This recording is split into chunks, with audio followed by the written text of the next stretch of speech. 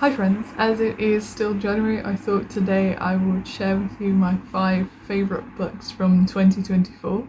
In all honesty, I would say that 2024 wasn't necessarily my best reading year. I read quite a lot of 3-star books, I think partly because I was quite active in my online book club and I read a lot of books for that book club, and a lot of those were 3-star reads, so I think that kind of influenced it. And also I read a lot of books about the Camino before walking, and a lot of those were, I think, self-published, and it was really interesting to read people's stories about the Camino, kind of get into the spirit, but I do feel like they weren't necessarily the best written books. So yeah, a lot of 3-star reads last year, but I did read a couple of interesting ones, and also a couple that had been on my shelf for a really long time, that I've kind of been putting off and turned out to be really fun. So start out with one of those, and the first one is A Natural History of Dragons by Marie Brennan.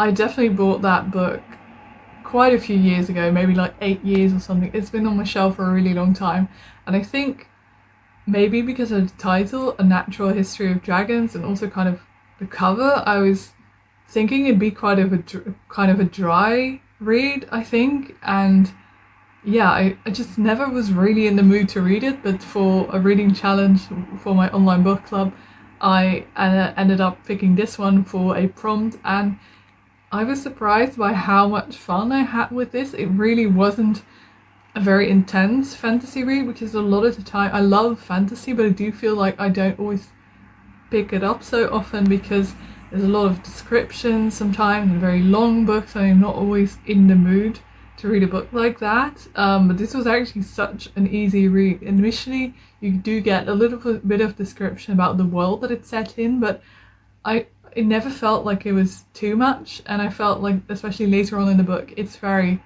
plot focused, so there's a lot of action and it's not so much about all the world building, so it's actually quite a fast read, I found. And besides, it's also a great combination, I think, of fantasy and sort of historical fiction. Like, it's just set in a fictional world, but so it's not truly historical fiction, I guess, but it just has this vibe of, you know, if you would mix a period drama with fantasy, and I love that. I love period dramas and fantasy, so I just love the combination. And also kind of, it's about this, I don't think I mentioned what it's about, but it's about a woman during a time where women aren't really supposed to be scientists and have careers, I think. She is really intrigued by dragons and she wants to find them and do study them.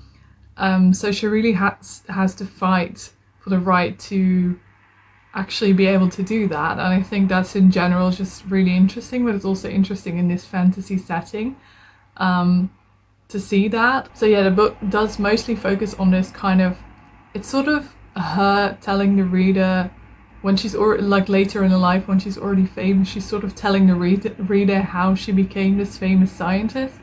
And it's just a really fun read, I found. And also what I thought was really interesting about this book, I feel like it's one of the few books that I've read that I sort of include a romance, but where the romance plotline isn't so much about the characters getting together. Like, the characters in this book get together quite early on in the book, and it's just more about navigating their relationship, when, you know, the woman has certain aspirations, but it is a time where that's not really accepted of women, and how does her husband deal with that. He's very supportive, most of the time. So I think that was just really nice to kind of seeing this sort of healthy relationship and kind of seeing a relationship develop after people just got together. That's, like, it's fun to read about, but it's kind of nice to have that different sort of relationship in a book, I found. So that's also why I really enjoyed this one, I think. But mainly the science aspect and the dragons, and I will definitely continue with the next book because it's a series. I think there's 4 books in it maybe, but I'm definitely looking forward to the next one. So the second book is kind of a similar thing. I was for a long time just feeling like I wasn't really in the mood for it, like I was a little bit intimidated by it, and that's The Song of Achilles by Madeline Miller. This is a retelling of the Trojan Wars from the point of view of Patroclus and what's his name, Achilles, obviously, Achilles, Patroclus and Achilles. And yeah, it's, and in this story there is kind of they have a relationship, so this LGBTQ teams, and again I kind of expected this to be a really like not an easy read at all, and I think that's mainly because it's about Greek mythology, and for some reason in my head Greek mythology has to be complicated, which isn't necessarily true, because if you look at Percy Jackson, for example, that is set in a modern world, so that modern times, so it is different, but yeah, it's still a way of telling the story in a more accessible way, and this was definitely accessible even if it's said in ancient times. I thought it was very enjoyable. The writing was beautiful, I found, and even though it's about the Trojan Wars, but that only really happens at the end of the book, and there's a lot of stuff leading up to it, really. But all of that was really interesting, and even if you know what happens to Achilles during the Trojan Wars, I still found this a really enjoyable read, and it's so beautifully written. I can definitely see myself rereading this. I think also because the love story in this, it's very clear that it's a love story, but at the same time I do feel if you're not really into romance, you might still enjoy this, because it's not so much, they have some really lovely moments between the two of them, but I don't know, a lot of the time it feels more like it's about these ideas of like, what does that love actually mean, and what does it mean to be a hero, and it's very definitely not a very stereotypical romance book, I found. So yeah, I really enjoyed this. Will definitely reread this, and also maybe read some other books by Madeline Miller, because I think she's also written other retellings of Greek mythology, so I'm curious to see what those are like. And then the third book that I want to mention is a picture book by Thomas Harding. It is The House on the Canal, and this is basically about the house in Amsterdam where Anne Frank and her family hid during the Second World War. But it's like the focus of the book is the house itself, not specifically Anne Frank. You do get her story towards the end of the book, but it's essentially about what happened at this place throughout time. Like, initially the first pages of the book about the house hasn't been built yet, and you see how it gets built, and then all the people that live in that book over time, which I thought in general was just a really interesting concept to think about. Like, obviously it's a very well-known place because of Anne Frank, but it already had a history before that even, and I thought it's really interesting to think about it that way. And I think it's also maybe more accessible for children this way, the story of Anne Frank, because obviously it's a very intense story and that might be difficult for children, but telling her story this way also makes it feel a little bit more removed from the reader, and it just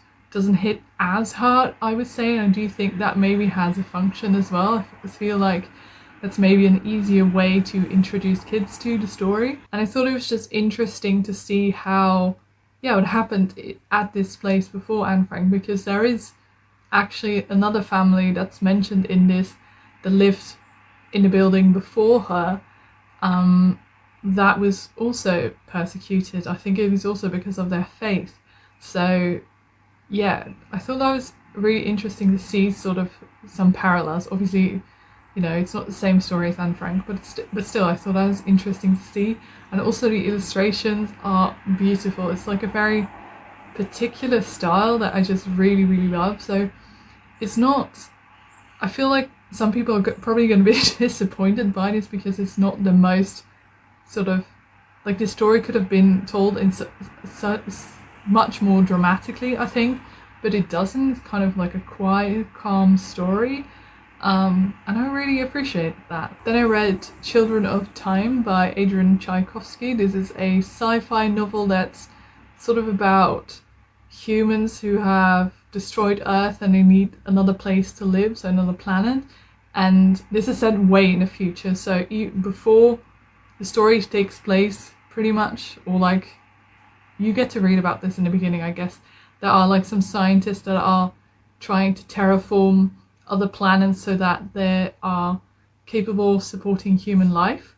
And eventually, there's these humans in this spaceship that end up going to this planet that's supposed to be terraformed and should support the humans.